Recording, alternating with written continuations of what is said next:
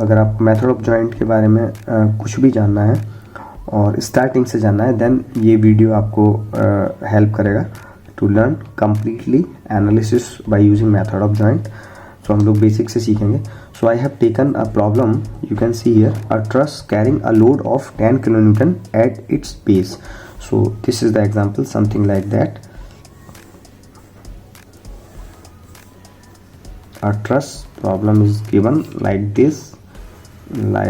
this you can see, and this angle is given something like 30 degree, this angle is given some 60 degree, and truss is loaded at its apex by 10 kN force, right? And name of this joint is A, this joint is B, ये हमारे joints है A, B and C, right? And these are the truss members, right? And the span of this part is 5 metre. ये 5 metre का span दिया हुआ है। ये numerical problem है। Find the forces in the members A B, A C and B C. तीनों members में force find out करने हैं।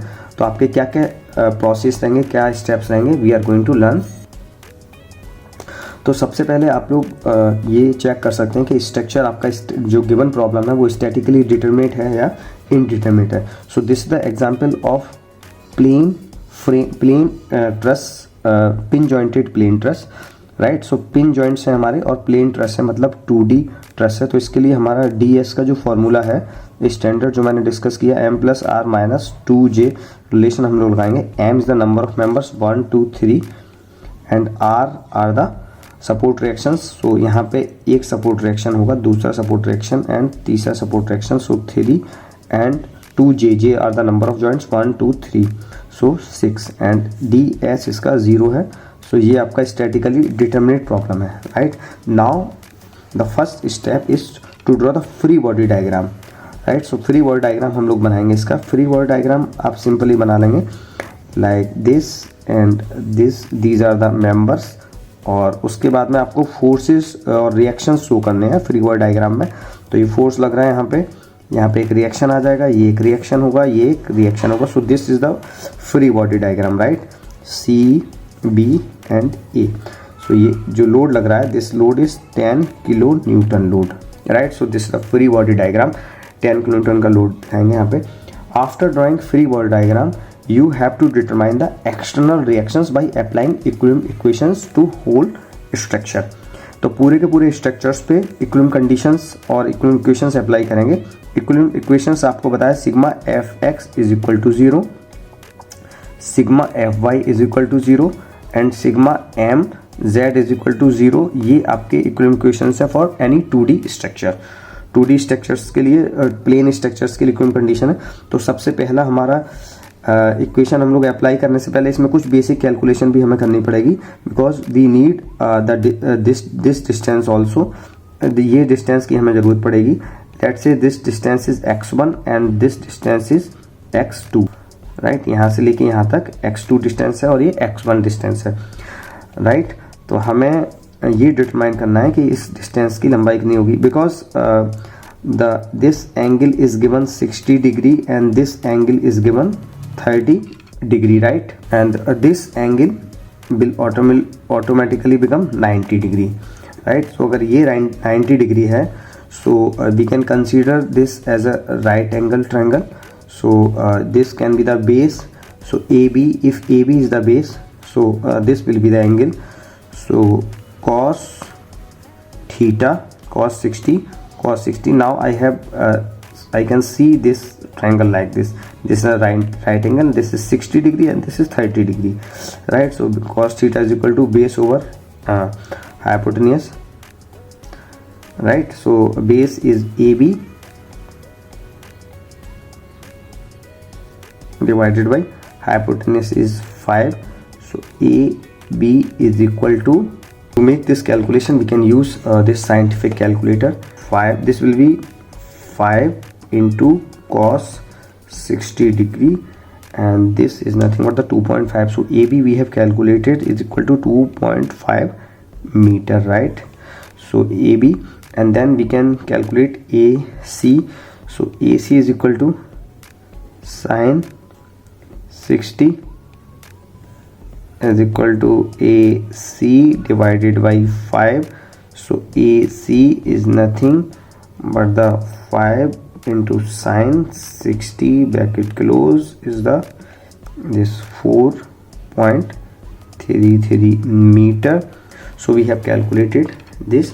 Now we can also calculate this 4.33, and this is nothing but the 2.5 and the length of this part. So for this part we can again apply the cos theta, and this angle will be 90 degree. So cos theta for this region, cos 60 degree will be equal to this base over this hypotenuse. So let's say x1 divided by 2.5. so here x1 is equal to this 2.5 into cos 60 degree, and this is nothing but the x1 is equal to 1.25 meter, right? So if length of this part is 1.25, right, so the length of this part will be 3.75. so x2 automatically will become 5 minus 1.25 is equal to 3.75 meter. So this is what we required to use, right? So now I come to the calculation of reaction. तो सबसे पहले हम लोग support reactions calculate करेंगे by applying these equilibrium conditions. तो क्या क्या हमारे पास में होंगी support reactions. Let me assume the support reaction at this location is V and H B and this is V C. So these are the support reactions. So I write here applying equilibrium conditions, right, sigma fx is equal to 0. so hb is equal to 0. कोई भी horizontal direction में force नहीं लग रहा है, external force नहीं है. सो hb is equal to 0 है. इसके लिए आप लोगों को sign convention, if you are taking this positive then by default this will be negative, right. So दूसरा हम लोग लेते हैं vertical forces.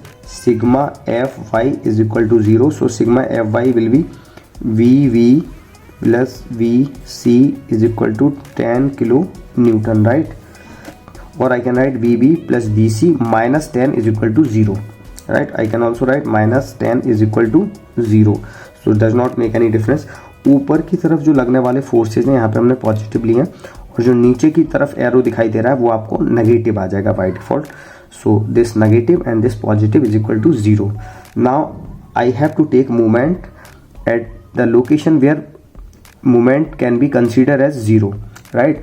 So algebraic sum of movement हम लोग किसी भी सपोर्ट पे 0 बना सकते हैं, और हम लोग मूवमेंट जहाँ वहाँ पे लेते हैं जहाँ पे हमारे मैक्सिमम फोर्सेस 0 हो जाए, राइट, जिनका इफेक्ट 0 रहे, ताकि हम लोग बाकी अननोन्स को इजीली फाइंड आउट कर पाएँ. So I write here sigma M B is equal to 0, taking movement of all the forces about B and keep it equal to 0, right. so I can write here v into 0 plus vc into 5. vc जब हम लोग movement ले रहे हैं तो हमने इस वाले साइन कन्वेंशन को पॉजिटिव माना है, मतलब जो आपका एंटी क्लॉकवाइज डायरेक्शन में रोटेशन देगा मूवमेंट वो आपको पॉजिटिव रहेगा. तब आप लोग जब v देखेंगे, vc जब हम vc देख रहे हैं, सो vc हमें b के अबाउट कैसा इफेक्ट दे रहा है, एंटी क्लॉकवाइज डायरेक्शन में इफेक्ट दे रहा है हमारा, right, VC. So VC into 5. Now if you see the direction of this arrow, right, so this arrow is actually producing the clockwise movement about this, right. Arrow अगर आप basic fundamental apply करेंगे, so you have to coincide the fingers pointing towards the head of arrow, right, and rotate your curl like this. तो अगर आप देख रहे हो arrows के जो है फिंगर को कर्ल कर रहे हैं हम लोग by pointing the line of action of movement with this thumb, right. so like this and you curl your finger, so something like this. so minus 10 into x1, क्योंकि इसकी line of action x1 distance पे पास होगी, सो 1.25 5 is equal to, बाकी और कोई भी force नहीं है यहाँ पे, इज इक्वल टू 0। सो यहाँ से हमारे पास में आया V C is equal to 1.25 into 10 and divided by 5. So now VC is equal to 2.5, right? So if you have calculated VC, you have substitute the value of VC in equation. You can write this is the equation number 1, right? So from equation 1 you can write V is equal to 7.5 kilonewton, right? So you have calculated the support reactions easily. Just now we can determine the unknown forces in member AB, BC and AC. In any member we can determine forces by using simply these steps. And the method of joint we can use, or we can use method of section, or method or graphical method can also be used. First of all we are going to learn this method of joint. So method of joint के case में हम लोग क्या करेंगे? So I write here method of joint. So method of joint में हम लोग joint consider करेंगे one by one, and उस joint का हम लोग free word diagram बनाएंगे. So I write here consider joint B joint सबसे पहले हम लोग कंसीडर करते हैं. कोई सा भी joint हम लोग कंसीडर कर सकते हैं जिसपे हमें दो अननोन फोर्सेस डिटरमाइन करने हैं मैक्सिमम, राइट? दो से ज़्यादा अगर अननोन फोर्स होंगे तो हम लोग उसको सॉल्व नहीं कर पाएंगे, बिकॉज इनडिटरमिनेसी आ जाएगी, क्योंकि हमारे पास में दो ही इक्विलिब्रियम कंडीशन है, sigma F X and sigma F Y, हर जॉइंट पे अप्लाई करने के लिए, राइट? तो यहाँ पे हम लोग जॉइंट बी कंसीडर करेंगे. Consider joint B. तो जॉइंट बी का फ्री वर्ड डायग्राम हम लोग प्लॉट करेंगे. You can see this joint.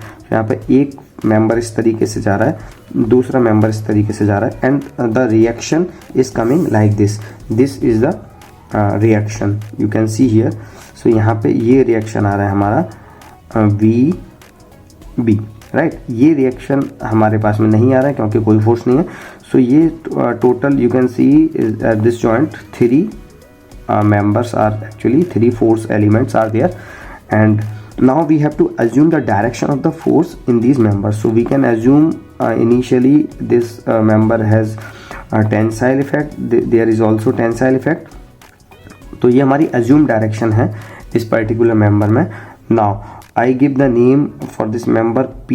इसमें लिखा हमने AB लिख दिया यहाँ पे. AB member में forces हैं and PBC, right? And this angle is already given, कितना 60 degree angle given है. So the resolution can be done like this. If I resolve these members, so you can see the resolution for these members like PAB cos 60 degree and PAB sin 60 degree, right? So now I have to write the equation for sigma fy is equal to 0 and then sigma fx is equal to 0. So if I write sigma fy is equal to 0, PAB sin 60 plus V is equal to 0. कोई और force आ रहा है नहीं, vertical plane में सिर्फ दो ही force हैं, one is this and other is this. तो यहाँ से हम लोग PAB फाइंड आउट करेंगे because this is known to us, this is also. So PAB is equal to VV. So VV की वैल्यू हमारे पास में कितनी आ रही है? You can see 7.5 kilo newton. So this VV इधर पहुँचेगा, माइनस में आ जाएगा 7.5, right? Divided by this sign 60, divided by sign 60 degree.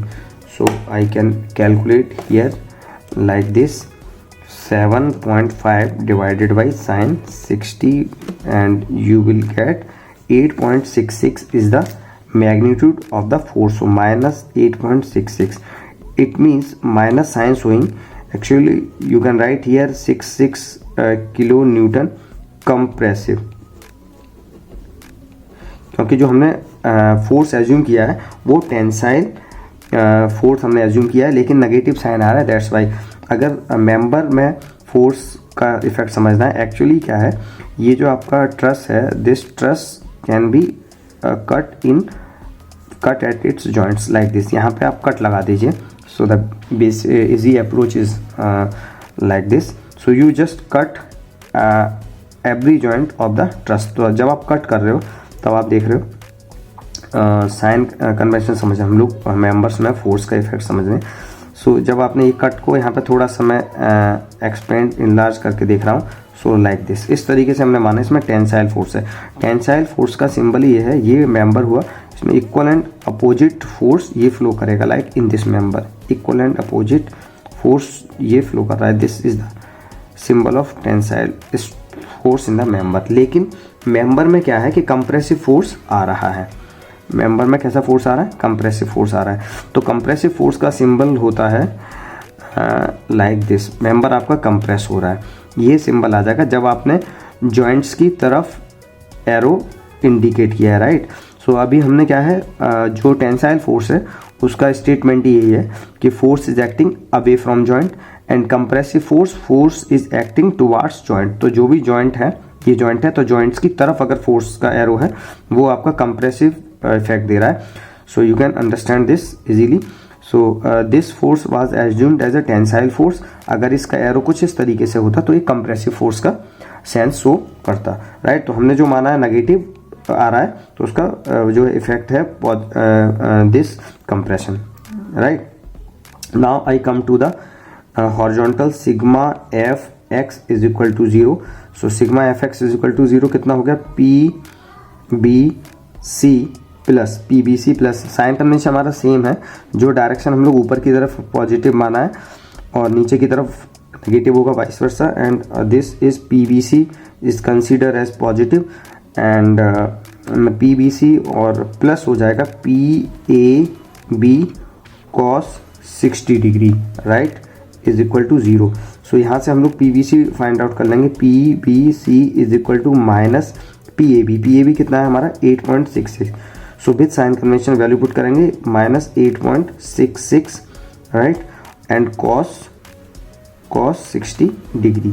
So ये हमारा वैल्यू आ गया पी बी सी हो गया 8.66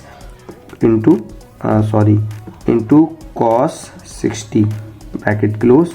ये वैल्यू आ गई 4.33. ये minus sign as it is minus plus हो जाएगा एंड किलो न्यूटन. तो जो आपने फोर्स एज्यूम किया है वैसा ही फोर्स आ रहा है हमारे पीबीसी मेंबर में. पीबीसी मेंबर में हमने जो फोर्स माना था वो हमारा टेंसाइल माना था और यहाँ पे टेंसाइल ही फोर्स आ रहा है. तो इसमें जो एक्चुअली फोर्स का सेंस आएगा वो जब हम लोग डायग्राम शो करेंगे. So we can show like this tensile effect. And इसके केस में एक्चुअल में आप देखोगे बुक्स वगैरह में साइन कन्वेंशन कभी भी इसी तरीके से यहाँ पे शो करती हैं क्योंकि उनको पता होता है कि यहाँ पे कंप्रेसिव फोर्स आएगा. So simply they depict like this, right. So this is the equal and opposite. तो ये इसमें टेंसाइल फोर्स आ गया, खिंचाव दिखाई दे रहा है, राइट. इन दोनों एरो को देख रहे हो आप, खिंचाव आ रहा है. नाउ आपने दो मेंबर में फोर्स डिटरमाइन कर लिया, एक तो इस वाले मेंबर में और दूसरा इस वाले में, ये दो मेंबर में. Now we can consider either this joint और दिस जॉइंट. सो अब मैं जॉइंट सी कंसीडर करता हूँ. Now consider this joint C here, right. तो यहाँ पे हम लोग जॉइंट सी का फ्री बॉडी डायग्राम बनाएंगे and I have to write here consider joint C consider किया. So joint when you consider joint C you can see the one force is like this and one force reaction is coming like this and other member is going like this. So I have assumed the force like this, right. In this case this angle is 30 degree given. So this is the horizontal component, cos 30 degree and sin 30 degree. This is the angle. Now I assume PAC, this is the member and this member is already we have calculated PBC, right. This is the PBC member. So now I have to write equation sigma Fy is equal to 0. So sigma Fy is equal to 0, PAC sin 30 degree and plus upward direction में हमने positive लिया है. So plus VC is equal to 0. So from here I can directly write PAC is equal to minus VC VC के value हमारे पास में already हम लोगों ने कैलकुलेट किया है, VC is equal to 2.5, so 2.5 right divided by sine 30 degree is equal to the answer. So 2.5 divided by sine 30 bracket close, so this is equal to the 5 kilo newton and minus का आएगा. तो यहाँ पे minus का 5 kilo Newton force आ रहा है इसमें, and it means PAC member में जो फोर्स आ रहा है that is the 5 kilo Newton, और उसका सेंस कैसा है, कंप्रेसिव, राइट. तो हमने सारे मेंबर्स में फोर्स निकाल लिया. अगर इस इक्वेशन को दोबारा सॉल्व करते हैं हम लोग और PBC में फोर्स निकालते हैं तो ऑटोमेटिकली उतना ही आएगा जितना हमारा पहले आ रहा था. This will be the value PBC is equal two plus 4.33 अगर निकालते हैं तब. तो अब हम लोग देखेंगे यहाँ पे कि हम लोग रिजल्ट्स को कैसे समराइज करेंगे. To summarize your results you can simply draw a table like this. First of all you can draw a table. एक टेबल बना के हम लोग सारे रिजल्ट्स समराइज करेंगे. This is the serial number and member and magnitude and sense और nature of force, right. तो force का नेचर कैसा है, राइट. तो हम लोग यहाँ पे सिंपली लिख सकते हैं कंप्रेशन टेंशन. तो सीरियल नंबर 1 2 3 3 मेंबर आ रहे हैं हमारे पास में. मेंबर है हमारा AB एंड AB और बाकी मेंबर हमारे आ रहे हैं ABAC एंड BC. ये 3 मेंबर हमारे पास में. मैग्नीट्यूड हमारा आया है AB मेंबर में, we can see 8.66 magnitude in kilo newton, I write here. And AC member में जो मैग्नीट्यूड आया है this AC is 5.0 kilo newton already है.